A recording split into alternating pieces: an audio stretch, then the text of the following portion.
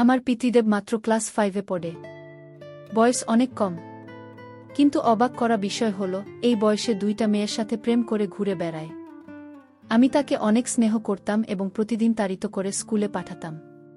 সে যে লেখাপড়া করে বড় কিছু হতে পারে। তাই আমি তাকে নিষেধ দিয়েছি যে এই বয়সে সব করা চলবে না। পিচ্চিদেব ও তখন বলল, তাহলে ভাবি তুমি আমার ভালোবাসার মানুষ হবে। আমি যা চাই তা দিবে। আমি পিচ্চি ছেলের কথা শুনে ভাবলাম তাকে অন্তত মেয়েদের কাছ থেকে বিরত রাখার জন্য তার সাথে আমার ভালোবাসার অভিনয় করতে হবে। তার চাও আমার পূরণ করতে হবে। আমি ভেবেছিলাম তার বয়স কম, সে আর কি করতে পারবে। কিন্তু এই ধারণা আমার ভুল ছিল। একদিন রাতে সে আমার সাথে। ভাবতেই পারছি না এত বড় কি করে হয়। বাকিটা গল্পটা শোনাচ্ছি। বাসায় ঢোকার সময় বাজারের ব্যাগ থেকে একটা পারফিউম বের করে ভাবি সামনে হাঁটু গেড়ে বসে বললাম, রমণী তোমার জন্য 1000 মানুষের ভিড়ে ঠেলাঠেলি করে মানুষের বিশ্রী ঘামের গন্ধ সহ্য করে নিয়ে আসলাম এই সুগন্ধবিহীন পারফিউম। তুমি এটা হাতে নিয়ে ধন্য কর আমায়। ভাবি তখন রান্নাঘরে রান্না করছিল। গরম খুন্তি হাতে নিয়ে আমায় বলল, 9:30 বেজে গেছে, তাড়াতাড়ি ফ্রেশ হয়ে স্কুলে যা। বলছি আমি মুচকি হেসে ভাবিকে বললাম, আজ তো স্কুলে ক্লাস হবে না। শুধু শুধু গিয়ে লাভ কি? ভাবে রেগে গিয়ে বলল, ক্লাস না হলেও তুই স্কুলে যাবি। কয়েকদিন পর এসএসসি পরীক্ষা, সে খেয়াল আছে। আর স্কুলে না গিয়ে তুই যদি অন্য কোথাও যাস তাহলে কিন্তু খবর আছে। আমি কিন্তু স্কুলে ফোন দিয়ে খবর নেব। স্কুলের পড়া শেখা হয়নি, তাই ভেবেছিলাম স্কুলে যাব না। কিন্তু ভাবি যে ভাবে রেগে আছে, না গেলে আমার খবর আছে, তাই বাধ্য হয়ে স্কুলে গেলাম। স্কুল থেকে বাসায় আসতে আসতে বিকেল হয়ে গেল। ভাবি আমার কাছে এসে বলল, তুই টিফিনে খেতে এলি না কেন? স্কুলের পাশেই তো বাসা, খেয়ে গেলে কি সমস্যা হতো? আমি ভাবি থেকে একটু সরে গিয়ে মাথাটা নিচু করে বললাম, বন্ধুদের সাথে বাইরে খেয়ে ফেলেছিলাম। ভাবি আমার দিকে রাগী চোখে তাকিয়ে বলল, তুই আমার কাছে আয় তো। আমি ভাবি থেকে আরও সরে গিয়ে বললাম, কেন? ভাবি আমার কাছে এসে আমার ডান গালে সজোরে থাপ্পড় মেরে বলল, তুই আবারও সিগারেট খেয়েছিস। সারা শরীর থেকে সিগারেটের গন্ধ বের হচ্ছে। তুই না আমায় কথা দিয়েছে আর কখনো সিগারেট খাবি না? আমি কিছু না বলে মাথা নিচু করে দাঁড়িয়ে রইলাম। আর ভাবিকে বললাম, ভাবি আমি আর সিগারেট খাব না। তুমি যদি আমার একটা গোপন কথা রাখো। তুই ক্লাস 5-এ পুলিশ। উত্তর, আবার কিসের গোপন কথা আমার সাথে? ভাবি, আমি ছোট হলে কি হবে, এখনো আমার পিছনে 2টা মায়া ঘুরঘুর করে। আমি তার কথা শুনে আশ্চর্য হলাম। বলে কি এই পিচ্ছি ছেলে? উত্তর, এসব করার বয়স হয়নি। তুই তোর এই কথা মুখে বলতে একটু আটকাল না। আমি বললাম, ভাবি তুমি যদি আমার গোপন কথা না রাখ তাহলে আমি কিন্তু মেয়েদের সাথে প্রেমে জড়িয়ে পড়ব। আমি তাকে আবার একটা কাপড় দিয়ে বললাম, তোকে এত আদর করে আমি মানুষ করতে চেয়েছি, আর তুই কি না এসব বলছিস? ভাবি তখন রেগেমেগে আমায় বলল, তুই 2 সপ্তাহ আমার ধারে কাছে আসবে না। এই কথা বলে ভাবি যখন চলে যাচ্ছিল, আমি তখন ভাবি পিছন পিছন যেতে যেতে বললাম, আর জীবনেও প্রেমের কথা বলবো না। আমার একটা কথা রাখো ভাবি। ভাবি বলল, তোর কোনো কথা আমি এখন শুনবো না আর রাখব না। ঘুম থেকে উঠে দেখি মা খুব চিৎকার চেঁচামেচি করছে। মাকে যখন বললাম কি হয়েছে, মা তখন বলল, জমিদারের মেয়েকে বাড়ির বুক করে নিয়ে এসেছি। 7টা গেছে, এখন ঘুম থেকে উঠে না।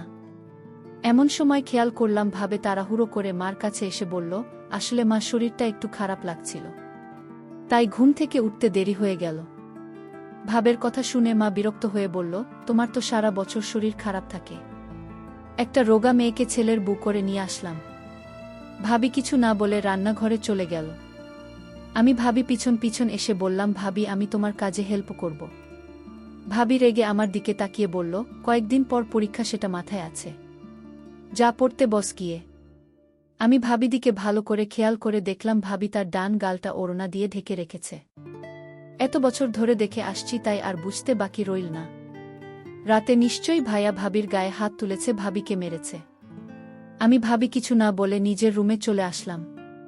মাঝে মাঝে ইচ্ছে হয় ভাবের প্রতি অন্যায়ের প্রতিবাদ করি, কিন্তু ভাইয়ের চোখের দিকে তাকিয়ে কথা বলার সাহস কখনোই হয়নি। রাত 11টা বাজে। বড় লাগেজ হাতে নিয়ে বাসায় হাজির। মা অবাক হয়ে জিজ্ঞেস করল, তুই এত রাতে? আপু বললাম, আমি আরে সংসার করব না। ঘুম থেকে একটু দেরিতে উঠলে শাশুড়ি নানা রকম কথা বলে, নন্দী আজেবাজে কথা বলে, সারাদিন সংসারের কাজ করেও কারো মন পায় না। এমনকি মাঝে মাঝে রাতুল আমার স্বামী আমার গায়ে হাত তোলে। আপনার কথা শুনে ভাইয়া রেগেমেগে বলল, কি, তোর স্বামী তাকে মারধর করে? এই রাতুলকে আমি মামলা দিয়ে জেলের ভাত খাইয়ে ছাড়ব। মা কাঁদতে কাঁদতে বলল, তুই কি কাজের মেয়ে নাকি যে তোর এত কাজ করতে হবে? শাশুড়ি হয়েছে দেখে মাথায় উঠে গেছে নাকি? তোকে কিছু বললে তুই কিছু বলতে পারিস না? আর নন্দী যখন আজেবাজে কথা বলে তখন গালে থাপ্পড় মারতে পারত না। ভাবি তখন বড় আপুকে বলল, সংসারে এরকম টুকটাক ঝামেলা হবে, তাই বলে সংসার ছেড়ে চলে আসা। কিন্তু ঠিক হয়নি। ভাবের কথা শুনে ভাইয়া সবার সামনে ভাবিকে থাপ্পড় মেরে বলল, এত বেশি বুঝো কেন? আমার বোনের বোনকে মারধর করবে, আরও এটা মেনে নিয়ে সংসার করবে? এমন সংসারে লাথি মেরে অনেক আগেই চলে আসা উচিত ছিল। এতক্ষণ সবার কথা শুনছিলাম, কিন্তু এখন আর চুপ করে থাকতে পারলাম না। যে ভাইয়ের চোখের দিকে তাকিয়ে কখনো কথা বলেনি, সেই ভাইয়ের চোখের দিকে তাকিয়ে বললাম, কেন পারবে না? ভাবি তো ঠিকই পারছে। আপুকে মেরেছে বলেছে দেখে তুমি দুলাভাইয়ের নামে মামলা দিবে? তুমিও তো ভাবিকে মারধর করে, তাহলে তোমার নামে কি মামলা দেওয়া উচিত? আমার দিকে তাকিয়ে বললাম, নিজের বেলায় 16 আনা আর পরের বেলা 4 আনাও না। ভাবি যদি কোনোদিন একটু দেরি করে ঘুম থেকে উঠেছে তাহলে তুমি তাকে যা তা বলছ। সারাদিন কাজ করেও ভাবি তোমার মন পায়নি।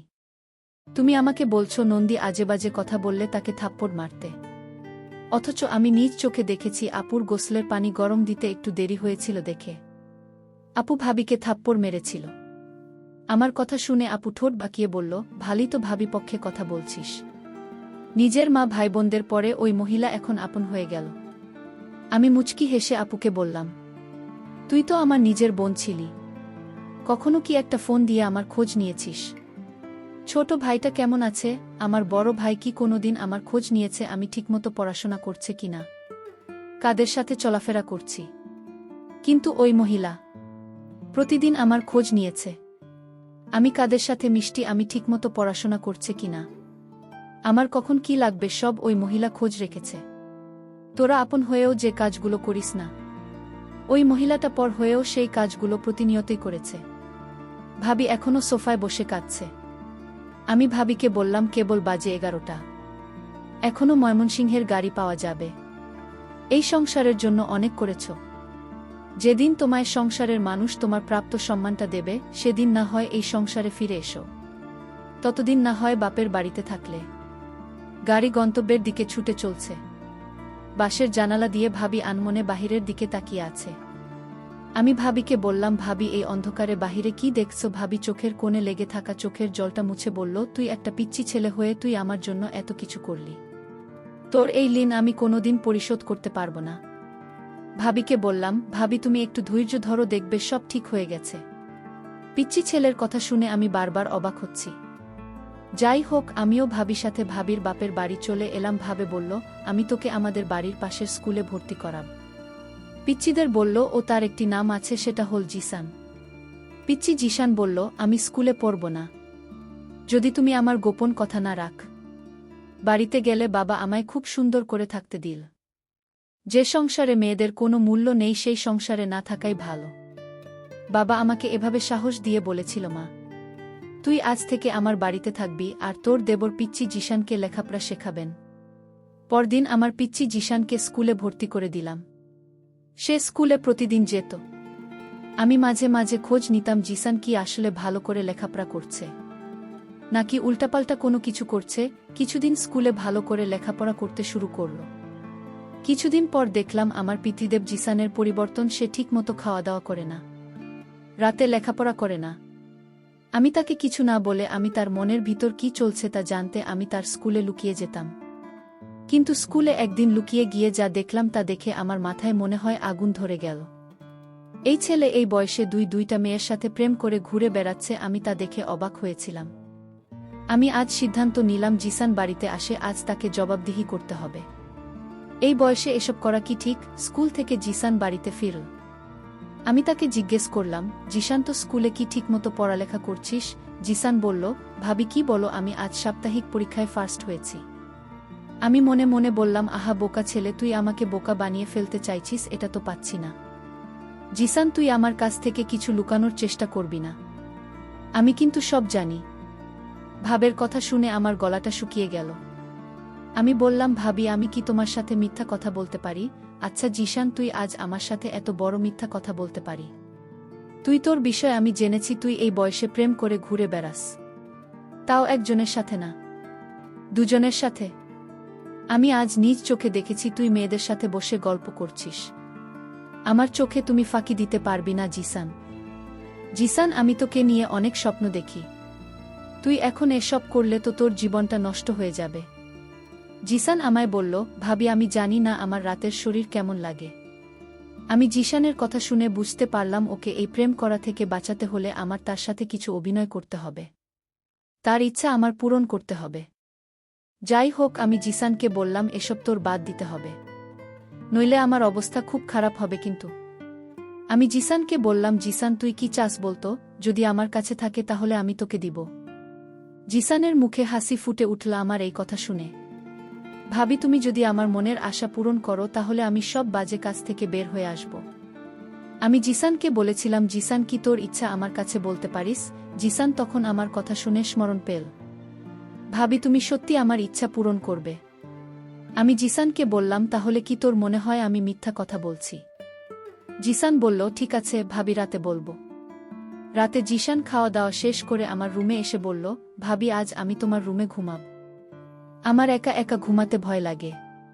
তোমাদের বাসাটা অনেক বড়।